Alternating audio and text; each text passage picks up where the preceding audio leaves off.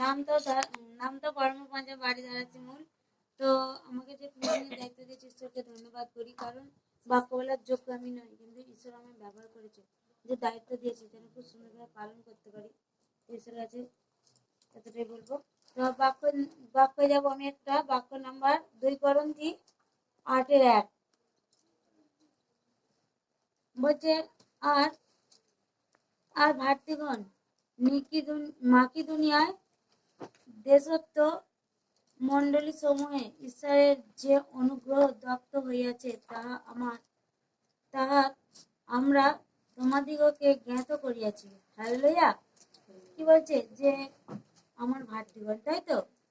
ঈশ্বরকে আমাদের ভাই বোন বলে গণ্য করেছে, তাই তো? যে ভাতৃগণকে বলছে, সে মাকি দুনিয়া, যে আজকালকার দুনিয়ায় যে ঈশ্বরের মণ্ডলী রেখেছে, সে দেশে দেশে রাত্রে যে কি আমাদের মণ্ডলী রেখেছে, তাই তো?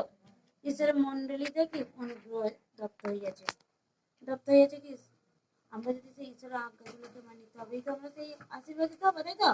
প্রত্যেকটা মণ্ডলীতে কিন্তু আশীর্বাদ আছে, কিন্তু যে মণ্ডলীতে কি ঠিকাদারে ছিল না, যে যে মণ্ডলী ঈশ্বরের আজ্ঞা পালন করে, সেই মণ্ডলীতে কি আমাদের ঈশ্বরের আশীর্বাদ আসবে? ঈশ্বরের মণ্ডলীতে কি আজ্ঞা থাকে, সেই আজ্ঞাগুলোকে যেমন পালন করি।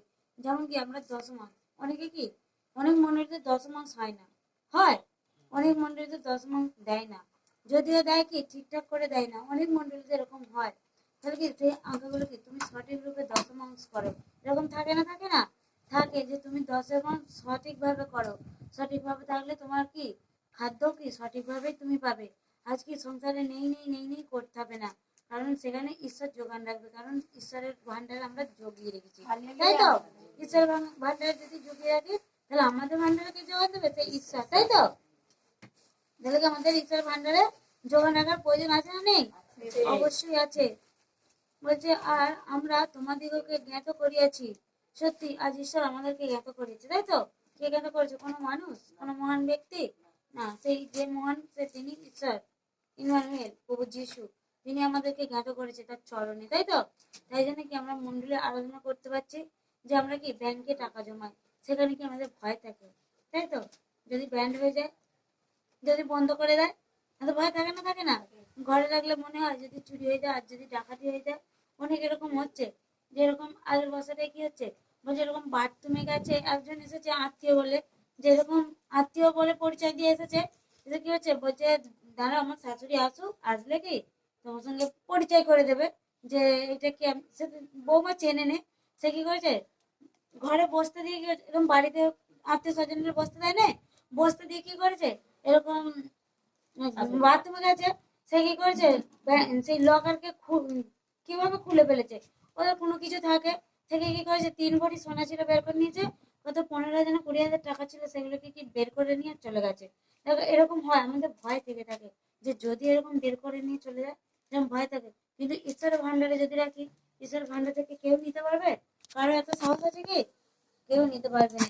তাই জন্য কি ঈশ্বরের, মহান ঈশ্বরের কাছে আমাদের জ্ঞান জমা রাখে আমাদের ঈশ্বর, সেখানে আমাদের মন চেয়েও পড়ে যাবে না। মরচে পড়ে যাবে, তুমি দিন দিন বাড়িতে টাকা রেখে দাও, সেখানে যতই হয় সেই কেমন একটা হয়ে যায় না, জানে যায়, চলবে না? চলবে। তেমন কি সেই ঈশ্বরের আজ্ঞা থাকে যে তোমরা দান দশমাস করো, তোমরা কি বীজ বুনবো।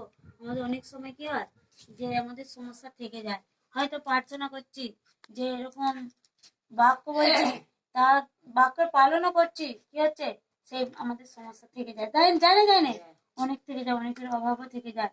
সেখানে তুমি বীজ বোনো, সঠিক ভাবে বীজ বোনো, কি হৃদয় থেকে, মন অন্তর থেকে তুমি বীজ বোনো, সেখানে কি তোমার আমিন আসবেই। আসবে না? ওরকম বীজ বোনা পাওয়া যায় না? পাওয়া যায়। অনেকেই এরকম লোন থেকেও মুক্তি পেয়েছে এরকম অনেক দিদিভাই। যেমন সেই একটা দিদিভাই আগের সোমবারই একটা লোনের দিদিভাই সাক্ষী দিচ্ছিল না, সে পাঁচটা বলে দিল, এরকম লোনেরও সাক্ষী অনেক পাওয়া যায়।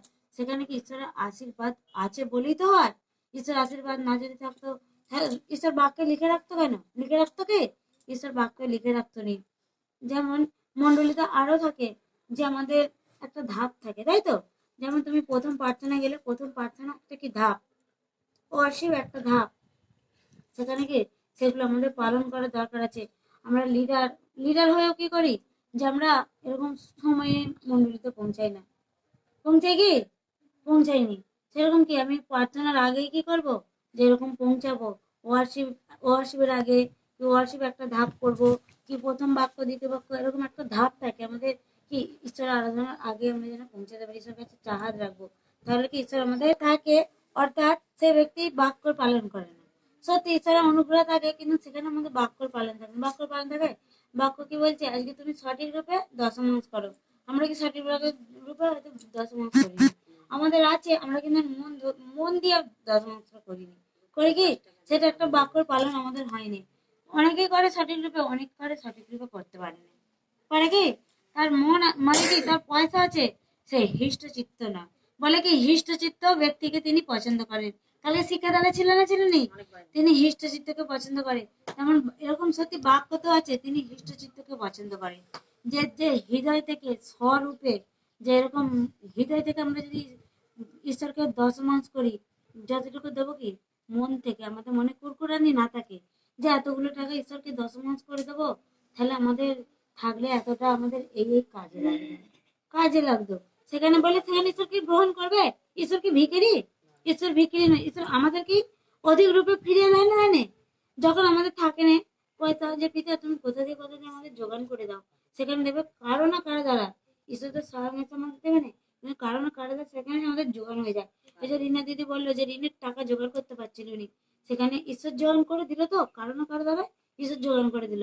তাহলে কি আমাদের দশমাংশ করার প্রয়োজন আছে সঠিক রূপে, তবে অবশ্যই সঠিক রূপে করব, তাই তো?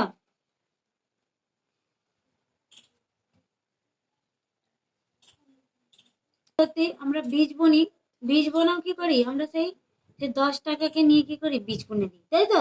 খাম নিচ্ছি, নিয়ে কি করছি খামের ভিতরে 10 টাকা দিচ্ছি, সেটাকে বীজ বোনা হলো কি? আমরা কি বুনবো সেই 100 টাকার ঊর্ধ্বে আমরা বীজ বুনবো, আমরা যত